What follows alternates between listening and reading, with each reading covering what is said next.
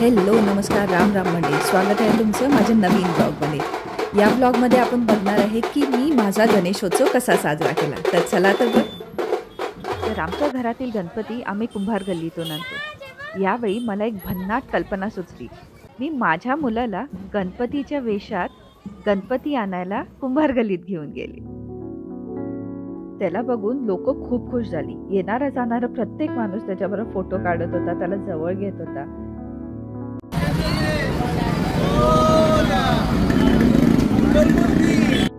तर माझ्या बाप्पांचे असं जोरदार आगमन झालं। गणपतीचे दिवस म्हणजे अगदी आनंददायी दिवस। यावर्षी एकच खंत होती, ती म्हणजे मला गौरीचे खेळ खेळायला मिळणार नव्हते। आणि अनपेक्षितपणे आमच्या क्लासमध्ये म्हणजे झालकर्स कला अकादमीमध्ये आम्ही झिम्मा फुगडी खेळायचं ठरवलं। सगळ्याजणी जमल्या आणि मग आमचा झिम्मा रंगला। प्रभावतीताई एक एक गाणं सांगत गेल्या आणि आमच्या झिम्म्याला रंगत चढत गेली।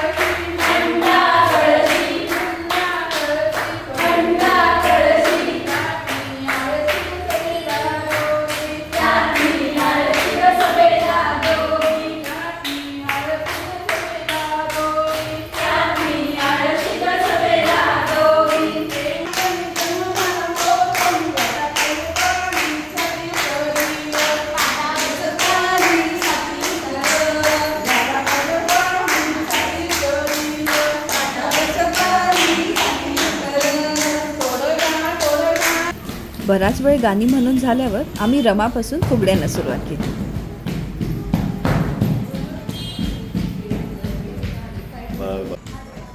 आणि अर्चनाने मला एक वेगळ्या प्रकारची फुगडी शिकवली। खेळताना खूप मजा आली।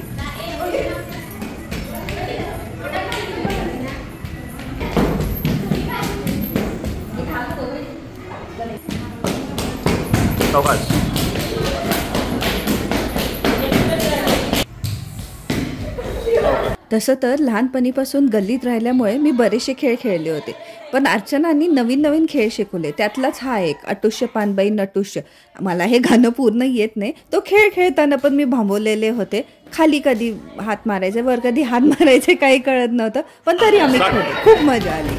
मग पुढे दुसऱ्या फुगड्या घातल्या, मग भवरबेंडी केली।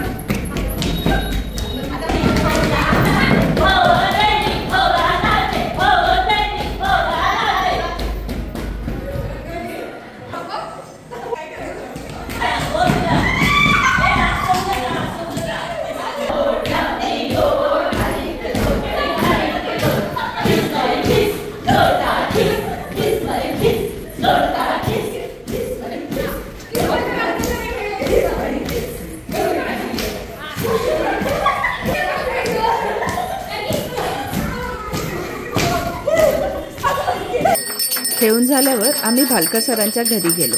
तिथं प्रत्येकाने श्रींची आरती केली।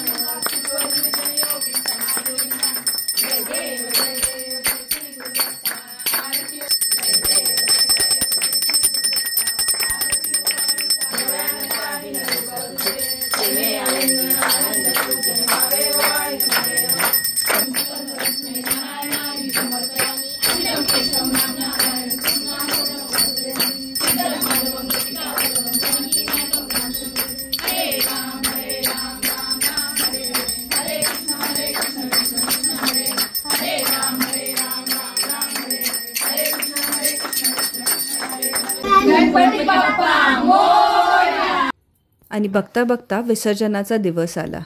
त्याच दिवशी सकाळी घरी दोरे घ्यायचे होते, त्यामुळे ही सगळी तयारी मी करत बसले होते. आता दोरे घेणं म्हणजे काय आणि त्याच्यासाठी काय काय लागतं हे जर तुम्हाला माहिती करून घ्यायचं असेल तर मी अगोदर एक व्हिडिओ टाकलेला आहे, तो तुम्ही बघू शकता. त्याचा डिस्क्रिप्शन बॉक्समध्ये मी लिंक देईन. तुमचे झाले दोरे ग? नाही ह्या पुढे नवीन लग्न झाले. नवीन होती आणि ह्या बेबी. दोरे घेऊन झाल्यावर आम्ही राजवाडा पोलीस स्टेशनमध्ये असलेल्या खजिन्याच्या गणपतीच्या दर्शनाला गेलो. दरवर्षी आम्ही इथे येतोच, त्याप्रमाणे यावेळीही आलो. 250 ते 300 वर्ष पूर्वीची असे हे म्युरल्स तुम्हाला इथे बघायला मिळतात. याबद्दल पण मी एक डिटेल व्हिडिओ अगोदर टाकलेला आहे. तसंच एक ब्लॉगही लिहिलेला आहे ह्याच्यावर, तर तोही तुम्ही पाहू शकता.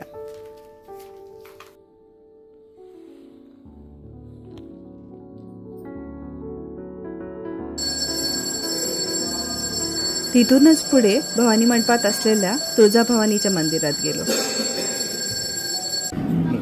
देवीचे दर्शन तर घेतलंच, तसेच इथल्या असणाऱ्या गणपतीचे व महाराजांच्या आसनाचे दर्शन घेऊन आम्ही इथल्या मंदिर परिसरात थोडा वेळ विसाव्यासाठी बसलो.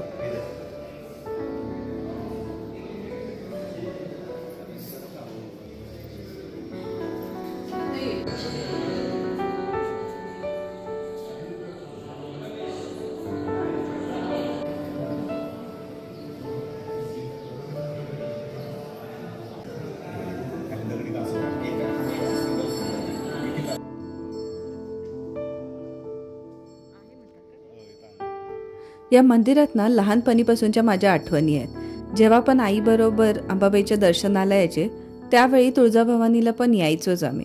आलो की देवीचं दर्शन घेऊन थोडा वेळ इथे बसायचं, छानपैकी प्रसाद खायचा आणि मग काहीतरी भवानी मंडपातून घेऊन मग घरी जायचं.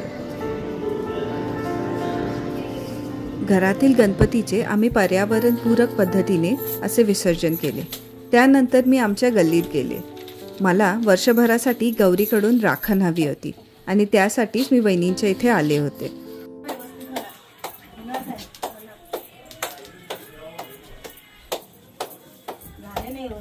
गौरी गणपतीचे दर्शन घेऊन आम्ही रंकाळ्याकडे निघालो. कोल्हापुरातील बरेच गणपती रंकाळ्याकडे किंवा तांबट कमानीकडे विसर्जन केले जातात, तर आम्ही त्या साईडला गेलो.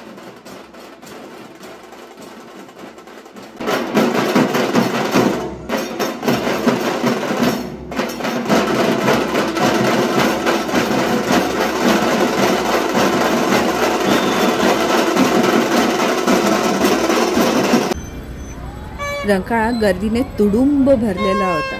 प्रत्येकजण आपापली मूर्ती घेऊन रंकाळ्याच्या किनारी आलेले होते.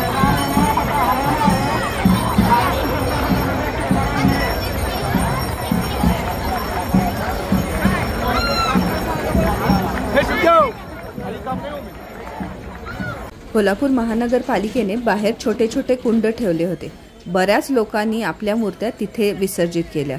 काही लोकांनी या मूर्त्या दानही केल्या. माझ्या माहेरी सगळ्या गल्लीतली लोक आपापले गणपती एकत्र घेऊन जातात.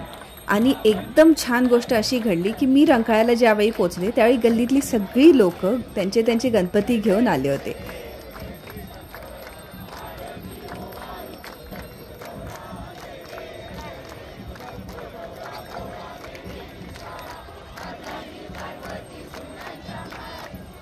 सगळ्यांबरोबर गणपती विसर्जनाला येणं किती सुखदायक असतं हे मला विचारा.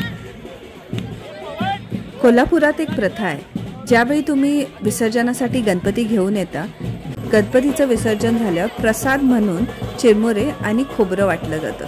त्यामुळे ज्यावेळी मी इथे आले, प्रत्येकाचा गणपती ज्यावेळी विसर्जन झाला त्याच्यानंतर प्रत्येकाने मूठ भरून मला चिरमुरे दिले आणि भरपूर खोबरं दिलं. त्यामुळे माझं पोट भरपूर भरलं होतं.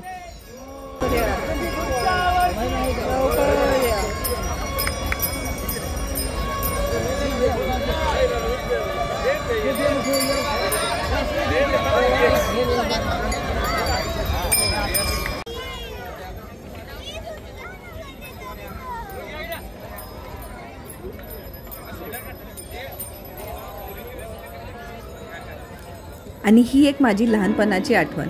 ज्यावेळी गणपती आपण गाडीवरून घेऊन येतो रंकाळ्याला, परत जाताना ती गाडी मोकळी झालेली असते. तर ती मोकळी कशी न्यायची, तर आपली जी लहान लहान मुलं आहेत त्यांना सगळ्यांना आम्ही त्या गाडीवर बसवतो आणि मग छानपैकी आम्ही ती ढकलत ढकलत घरापर्यंत नेतो. तर मुलंही आनंदी आणि पालकही आनंदी. गणपती जरी काही दिवसांसाठी येत असले तरी ते सर्वांना भरपूर सुख आणि आनंद देऊन जातात. जसा तो बुद्धीचा देवता तसाच तो विघ्नहर्ता. आपल्या आई वडिलांबरोबर आपल्या स्वस्थानी परततो, पण जाताना लोकांना एकत्र करून असंख्य गोड आठवणी देऊन जातो. बाप्पा, असाच प्रत्येक वर्षी सुख, शांती आणि समृद्धी घेऊन ये, हीच प्रार्थना. चुकलं माकलं माफ कर, सदैव पाठीशी रहा.